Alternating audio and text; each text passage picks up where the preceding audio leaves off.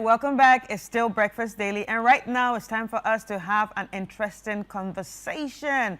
And this is a conversation that you will love. It's actually about, you know, the personality of the day, and the personality of the day is right here. And it's no other person than an extraordinary Ghanaian whose work continues to, you know, create opportunities for Africans and Ghanaians at home and abroad. And she also, you know, bridges cultures and countries and celebrates excellence and, you know, helps a lot of Ghanaians, you know, put them out there for the world to see what they are doing. And it's no other person than Lady Dentaa Amoateng. Hi, Dentaa. Good morning. Good morning. And this lady was just in the news, I think, earlier this week or last week. It was last week, and she was one of the recipients of the diplomatic passport.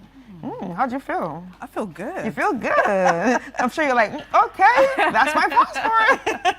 But anyway, I haven't received it yet, but it's on its way. Well, congratulations on that. Thank you so much. Thank you. You are welcome. Thank you. How are you? I'm good. It's been a while. Yeah, and you've been doing a lot. I've been doing a lot. Yeah. You're always working, Dentaa. I know. Do you ever take a break? I would say I should. Yeah. But I don't take as much break as I should. Right. Yeah. So you are actually the brain behind GUBA. And GUBA has done so much for Ghana and Africa. Now, what actually inspired the creation of the GUBA enterprise? Yeah, so it started 16 years ago. Can you imagine? It's like time has definitely flown. And I was back in the UK.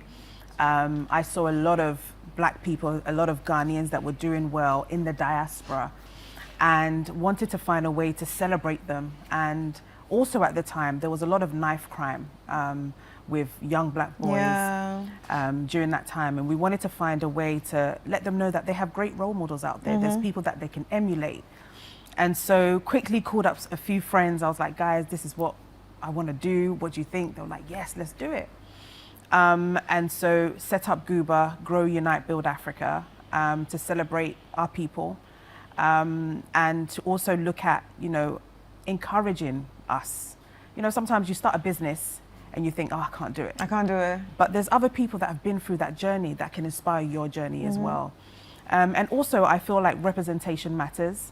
A lot of the times, women, men are in different positions, and because of where they're from, they don't get that support, but they've managed to break that door. And so we want to celebrate that as well. So it's been a long journey. We've managed to move GUBA, you know, through the UK to the US. We did it at the UN General Assembly. We've done it in Ghana. We've done it in Rwanda. And now we're going to the Caribbean. Woo! That's a lot of work. That's a lot of work. And looking back, what was your biggest challenge in, you know, this whole GUBA journey? I think it was, you know, people at the beginning believing in the vision. Did you even believe in yourself? Pardon? Did you even believe in your vision and yourself? Oh, I did. All right. I did. There was never a time there was some doubt that crept in? No. You know, sometimes when you get no's, it kind of discourages you, like, the no's are a lot. Does that mean I need to change what I'm doing? But if you're very grounded in faith, if you're very grounded in the vision that you have, you can bring it to life. No matter how the devil tries to, you know, to tell you that it's not great. But yeah, and I found myself now, you know, being in presence of presidents and being able to bring people together to inspire the next generation. So right. You actually wear many hats, you know, being an entrepreneur, you're a media personality, and a philanthropist. How do you balance them all? And also being a mother, being a wife, you're African. We don't forget that part. How do you balance it all? I guess it's really having a good support system. I have an amazing husband, always in the background. People don't see him, but he is my backbone. Without him, I wouldn't be where I am today. You know, and also being a mother, yes, 4 children, very challenging. But I also try to bring my children along. So, for instance, if I'm going to meetings, I bring Aria. You know, I take my daughter to meetings so that she can see what mummy does. So if mummy is coming home late at night, it's because she's having meetings. So I remember one day took Aria to meetings with me. We finished about 10:30. We didn't eat till about 8 p.m. We didn't have breakfast, lunch. And I was like, you can come with me tomorrow? She was like, no, it's okay. I understand. I understand, mommy. It's okay. I understand what you're doing. And I'm grateful, but no, it's okay. It's important for them to see what you do.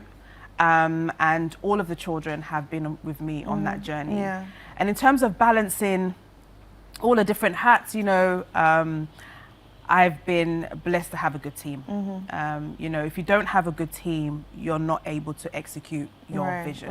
And they must see the vision to be able to execute. And so I'm lucky enough to have a good team that are solid behind me and believe in the vision. So now let's take it back to the beginning. Where was Dentaa born? How did it all start? Okay, I was born in Jaso, Asante Achim, which is next to Konongo, where Blacko is from. So me and Blacko are next door neighbors. And you know, Sakudi is also from Jaso. All right. And my boy is also from Jaso. So shout out to all the Jaso people.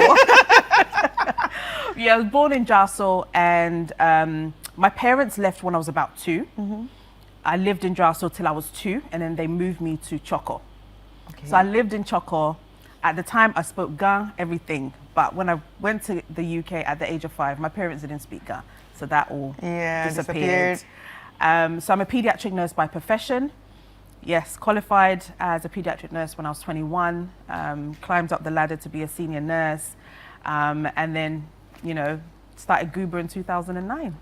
Wow. Yeah. Wow, from medicine. Okay, now this is inspiring. Yeah, you can wear. Yeah, you just made me realize you can actually be anything you want to be at any time. We were discussing it last time about Judge Weah being a footballer one time in his life, then next time being a president. You can do it. It depends on how you see yourself, the work you put in, because it's not easy.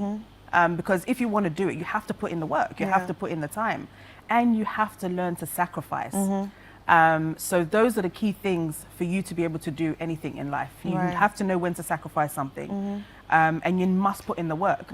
I think sometimes social media makes us a little bit delusional, but people have put in the work. Like there's been times, I'm sure, even with myself, that I've broke down crying thinking, oh my God, is this the right decision? But you have to keep going. Wow. And as a leader, what actually, you know, guides you? What actually guides you in the decisions that you make? Faith, sis. There's nothing else that you need to be guided by. Like you need to put it to God. He needs to give you those signs. Sometimes the signs will come through people. And I'm wearing faith. Faith, yeah! Honestly, faith, prayer, meditation, all of that. You know, fasting, praying. Because sometimes, you know, the devil will try and tempt you to the wrong direction. But if you're grounded in your faith and listen, if you're able to listen clearly, because sometimes he'll talk through other people to come and tell you. So that's really important. So faith is what guides me. So with GUBA, I'm sure you've been to so many countries. You've seen how things are done everywhere. But what role do you see Ghana and Africa playing in, you know, shaping the global conversation? Yeah, I think what we've been promoting is the power of the diaspora, the global African. For far too long, we have been separated, especially our Black African Americans, brothers and sisters, brothers and sisters in the Caribbean. We've been separated. And so how do we bridge that gap? How do we start the conversation about them also looking at Africa and Africa also looking at them and building those bridges? And the power, if you look at China, China was built by the diaspora. They sent their people out and did a call to bring them back in. And that's how the manufacturing, they had a strategy. What is our strategy for bringing people back home?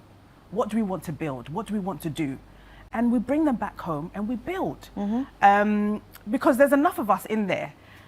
95 billion of remittances are sent every year by Africans. So we have the money.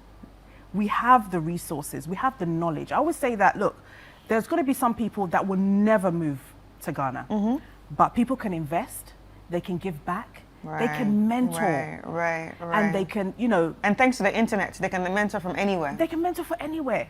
You know, and I always say that, look, the diaspora doesn't have to come back and set up a new business.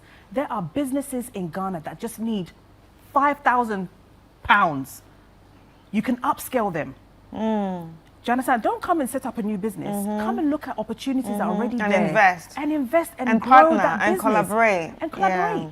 You know, so this is what GUBA stands for. We're just about pushing that agenda for our diaspora to look back home and look at the opportunities, because we have the resources, we have the people, we need to train the people, and I think the world is our oyster. Right. Honestly, I've heard a lot of great things about you. I've heard about your work ethics. I've followed your journey, and I'm like, this lady works hard. And honestly, like, I think you're doing a really good job. More grease to your elbow. Now, can you share some of the success stories that GUBA has actually produced that made you proud, or makes you proud, that when you think about it? Yes. So I'll say one of them, there's several. One of them is the Grammys. So, you know, we honored the CEO of the Recording Academy in 2022 in Rwanda. So he attended, but I brought him to Ghana before. And so when he came, he reconnected. He's like, oh my goodness, why did it take me so long to come back? Like, to the continent.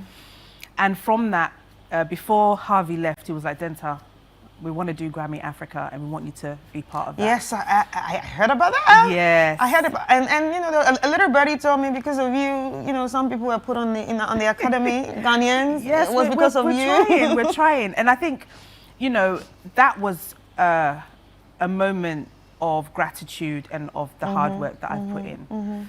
When we look at the Grammys, you're just like, it's far away, it's untouchable, but they're human. He's a person. And so being able to work with him on this journey, you know, I had to organize his trip to Rwanda, which we met the president, to South Africa, we met the president, to Ghana, we came and met the vice, and to Nigeria. So that is one proud moment. Through GUBA, we were able to do that. Through GUBA, we were able to bring the Houston mayor to Ghana, who brought a 40-man delegation to Ghana on a trade visit, which we organized. And we also sent people to Houston for business opportunities. We've organized the Prime Minister of Anguilla to Ghana, and also did a trip back with our people to also look at opportunities there. We organized King Charles's 70th birthday party in Ghana on his trip here. Yeah, I remember that. And now, you know, we're working with the Commonwealth, with the Secretary General. We did her welcome reception at Lancaster House in the UK. So we're trying. You're trying. This is more than trying. This is more than trying. Now, this also brings me the question: do you see yourself as a diplomat? I see myself definitely as ambassador for Ghana, like as in not like a high commission ambassador, but I was gonna ask that too. No, I see myself as an ambassador, as someone that promotes Ghana and Africa, because I love Ghana. I feel like, look, I always say this: America has shown us that they're the most powerful people, and it's through media, it's through storytelling. They've given you Batman, Superman. Everything, man. Every man. Yeah. Terminator. And they always win. They always win. America always wins. And that's the image that they've portrayed. And I feel like we need to portray our best. Oh, exactly. We need to portray the good things that we have also. They have bad things. I've gone to LA. LA has so many homeless people, street by street. They don't show you that. They show you the good things. Hollywood. This is what's happening. What are we showing that can encourage other people, the young generation, to not move when they're 70 to Africa, but to move when they're 20 or 18. So I'm very passionate about the image that we portray on the continent and the power of media. Right. That's nice. I like the fact that you put in all your expertise in one, you know, you even like your media personality side had to come in and all that. But what would you tell a young girl that looks up to you? What would you tell her? Because with the advent of social media, we can see you. We see you. You are right there. You're like our friend. Hi, Dentaa. Good morning. I would say that there's nothing that it is impossible. There's nothing that's impossible. Honestly, it says in the scripture, but everything is reachable. I never thought that I would meet the Grammy CEO. When I sent that email, I doubted myself that they're not going to respond. Like, this is just like, they go to Oscars, like they go to big events. What's GUBA? Yeah. You know, you then question your own brand, but no. You need to have that faith that anything is possible. Everybody's reachable. And it's having a network, building a network. The right network. Keeping relationships. Not just having a network, but keeping the relationships. Yeah. And knowing when to use it, right? Knowing when to use that relationship for what. So never give up. As I say, if they say no, if one door's closed, go through the window, Charlie. Go through the window. That. Yeah. Forget the door. I like that. Enter through the window. I like that. Now let's talk about GUBA Awards. Like GUBA has gone to so many places, and this year is going to Barbados. Why Barbados? Charlie, have you seen Barbados? Tell us about it. Ask me why. Tell us about it. So why? No, so in 2021 we did the GUBA Awards in Ghana for the first time, celebrating 100 years of Nana Yasantua. Yeah. And I had then Phil Phillips, who was, you know, in charge of Barbados Embassy, and the Rwandan ambassador, both come up to say, how can we get this into our country? How do we get GUBA to our countries? Rwanda were quick in the game, and so the next year I found myself doing GUBA in Rwanda. But early this year or last year, the ambassador, the new ambassador, Her Excellency Juliet Sunderland, gave me a call. Was like, Dentaa, I want to have a meeting. So when she's like, we haven't forgotten about GUBA Barbados.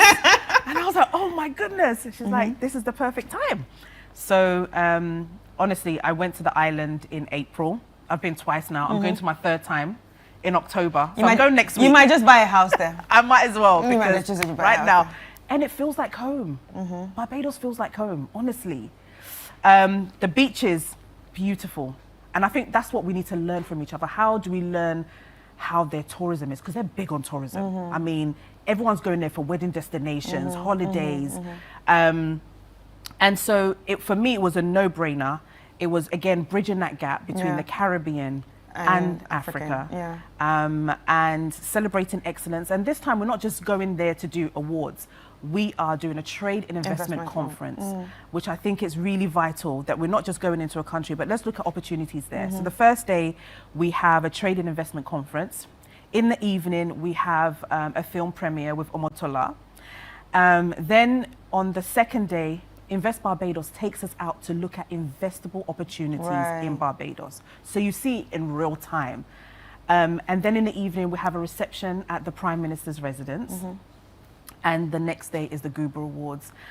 I mean, this year, GUBA Awards, we're celebrating so many incredible people and are extremely excited about. And we're doing a chartered flight, sis. Wow. So instead of going through Europe, UK, and US, forget it. We're going straight. We're going straight. We're going straight to Barbados. We're going straight to Barbados. And it's only $3,900. Your flight, accommodation, and tickets to the GUBA Awards. And I think it's important. We say visa-free, right? Barbados is visa-free. You don't need a visa. But you do need a visa if you have to go through the other routes. Exactly. And I think having a direct flight is so crucial for us when it comes to trade. How are we going to be able to trade if there's no direct flight? You have to struggle for the visas of those other countries. And we know the restrictions now. Yeah, exactly. So if you don't have it, you can't even go. You can't go. So I think that, you know, we need to be intentional about when we say bridging the gap, when we say trade. What are we doing to enable that to happen? Anyway, on that note, let us invite Her Excellency Juliet Sunderland, the Barbados ambassador to Ghana. You know, let us see what she feels about this whole thing. Is she excited? What does she have planned for us? And all that. All right. Okay. I think she's coming on. She's coming all the way, and you guys can start clapping.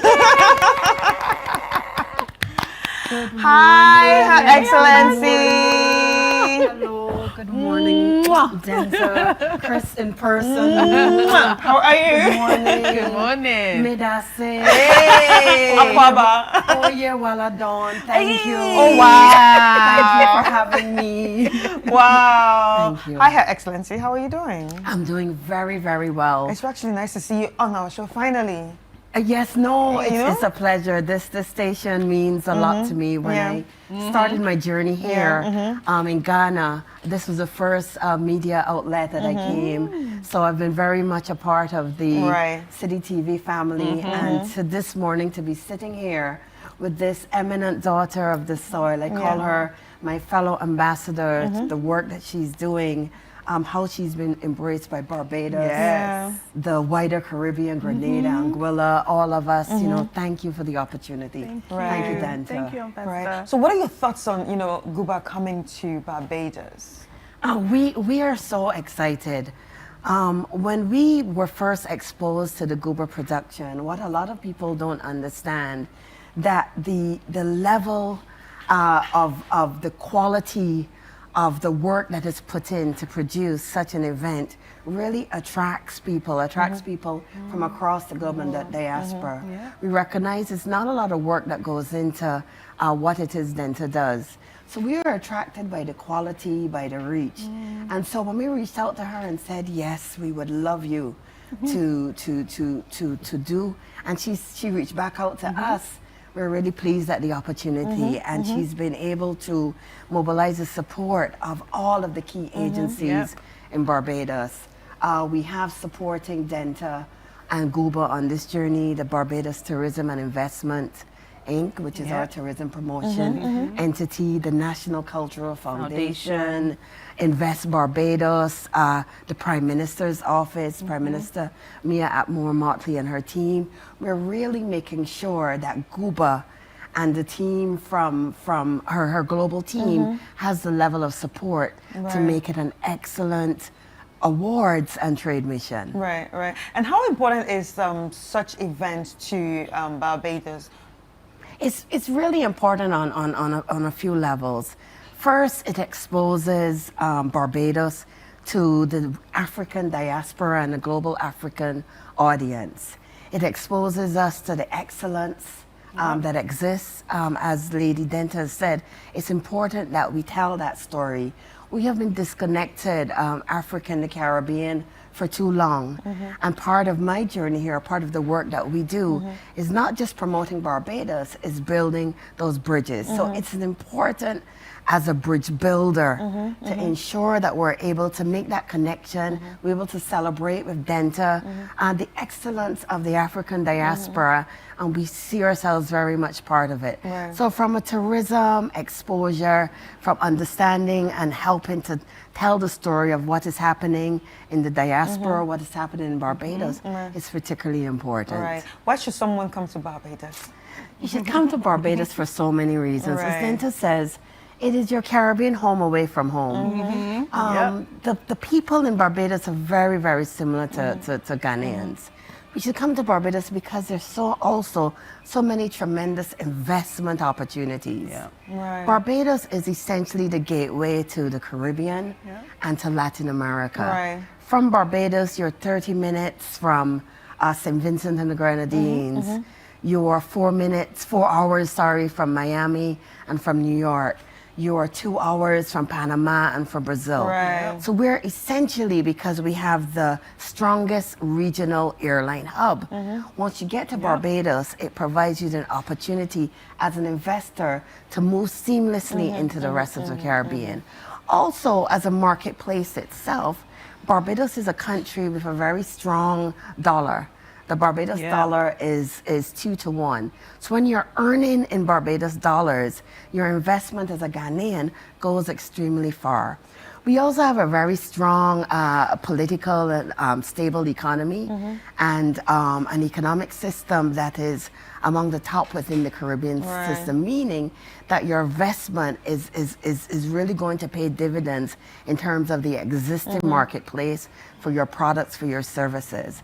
When we take items even into Barbados, me on a personal level, Dentaa can assess, people literally want to take the clothes, the products off of our backs.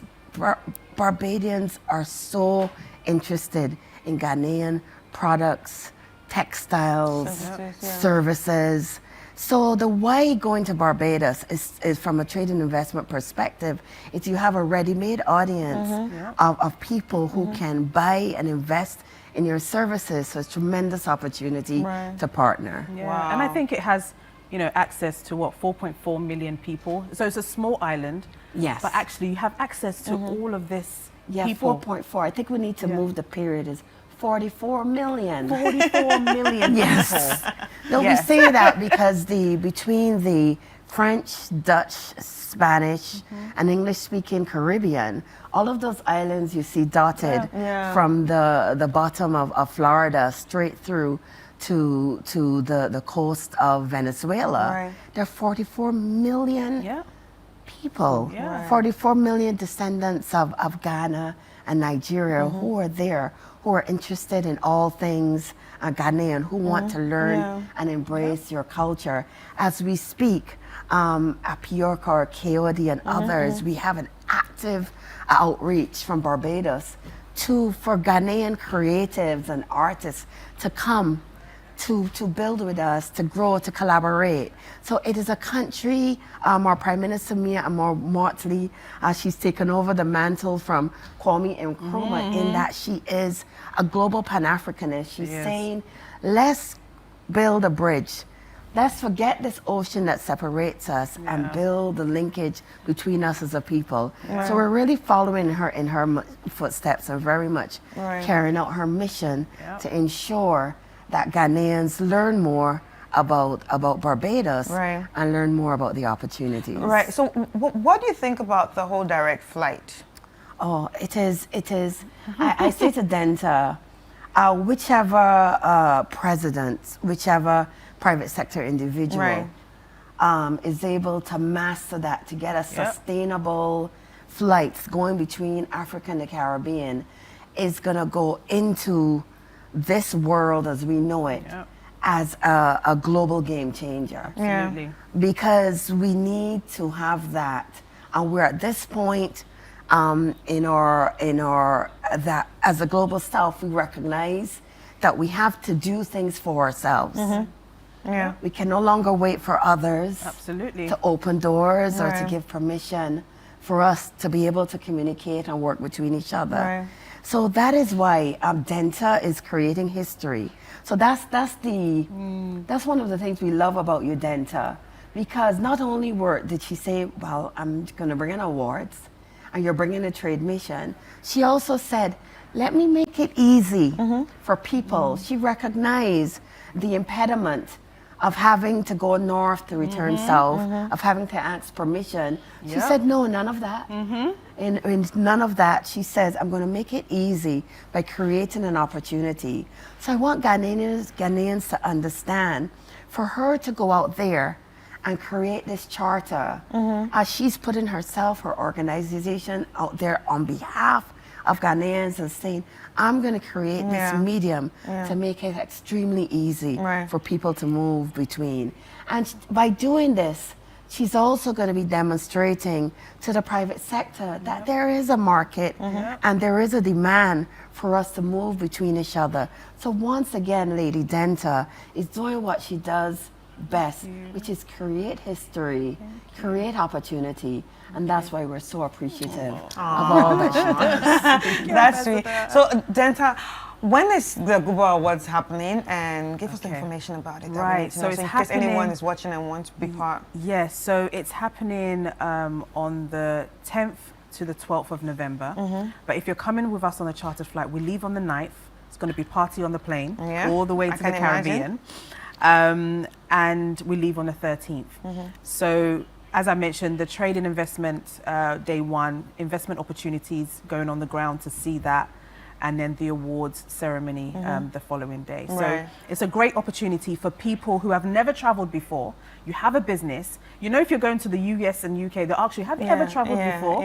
Let this be your traveling experience. It's only $3,800, which includes your accommodation, your flight, and your tickets to all the three events. So I think let's take up on the opportunity. We've partnered with Ghana Chamber of Commerce, who are going to be attending. Their members are going to be attending. And, you know, I feel like we need a lot more Ghanaians who are wanting an opportunity to upscale their business, to look at new opportunities. You know, we have the likes of Cape May Properties that are coming. Cape May is like, look, I want to go to Barbados and see the opportunities there, partner with a real estate there that can promote Cape May Properties, and we can promote that real estate here as well. So these are some of the bilateral things that we can be doing together as a people. So we're very excited. I want to say a big thank you to all our sponsors and supporters, BTMI, Invest Barbados, the Barbados High Commission, NCF, RNAQ, KGL, Joy, everyone. Canex, AfriExim, oh my goodness. I saw that. AfriExim for their support and their partnership. And we're just excited that, like Ambassador said, we're going to make history. Wow. Well, I'm excited about this. And if you're a business and you're watching, this is the opportunity. This is the opportunity to go out of the shores of Ghana and go show the world what you actually have. It's happening on the 11th of November. So the 10th of November. The 10th of November. Yeah, but we'll leave here on the 9th. So the 9th. And then a little birdie told me there'll be a bit of entertainment. I mean, yes, we've got Fuse, I heard that. Tell us about that. So Fuse is a past GUBA Award winner. And he's going to be performing for us at the GUBA Awards this year. He's done some new music that just resonates with our theme, reclaiming our Atlantic destiny, connect, build and renew. And so we're very excited for the first time, his first time too, to perform in Barbados. Wow. We're going to have Richard Branson there. We're honouring... Richard Branson? Yes, we're honouring Richard Branson. We're honouring Dr. Fori Sarpong this year, Ibrahim Muhammad, the artist, Karen Blanket, the president and CEO of Exim Bank in the US, Rita Jo Lewis, NAACP CEO, Derek Johnson, Reverend Amos Brown. Like, so you're bringing the diaspora too. Oh my goodness, Great. It's going to be amazing. Dorothy Hodge, who's also from Anguilla, doing amazing things in the diaspora. We're bringing everybody to Barbados. Wow, well done. Thank you. Well, any final words? No, I want to thank you, and I want to thank Dentaa for the initiative, and we're glad that Barbados is now a part of your journey.